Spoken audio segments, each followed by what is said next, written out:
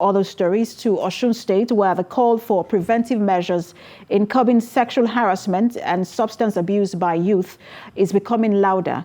Now, a former executive secretary of the National Universities Commission, that's the NUC, Professor Julius Okoje, has added his voice in calling for an end to the spike in rape and other vices. He made the call while delivering a paper on the topic addressing societal menace and social disorders in higher institutions. And TVC News Correspondent Rafiu Hammed reports. Sexual harassment and drug abuse are two pathological behaviors in Nigeria's ivory tower.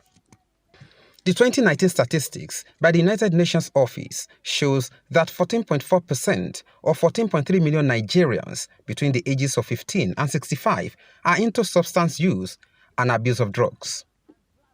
The ratio between men and women drug abusers is put at 4:1. Addressing these behaviors necessitated the theme of the 16th Annual Conference of Fulbright Alumni Association in Iwo.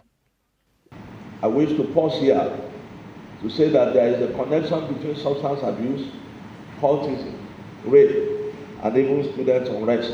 Because when you talk of these two increment variables, you are really looking at the substructure. How about the superstructure? I'm referring here to the issues of malgovernance in Nigeria. In his keynote address, a former executive secretary, National Universities Commission, Professor Julius Okoje, calls for preventive advocacy measures targeting youths in tertiary institutions. Discussants say the COVID-19 lockdown also led to increasing cases of sexual harassment and drug abuse. These scourges that we're going to be reflecting upon, they destroy our communities, that they equally continue to undermine our thirst and our quest for development. During the lockdown, if you are reading the news, you would also know that also further exposed what really goes on around. There were so many rapes, lots of substance abuse because people were just stuck at home, nowhere to expend that energy.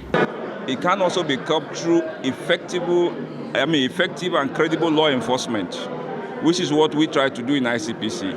And specifically on the subject of sexual harassment, I would like to expand the conversation past those of the victims and women alone.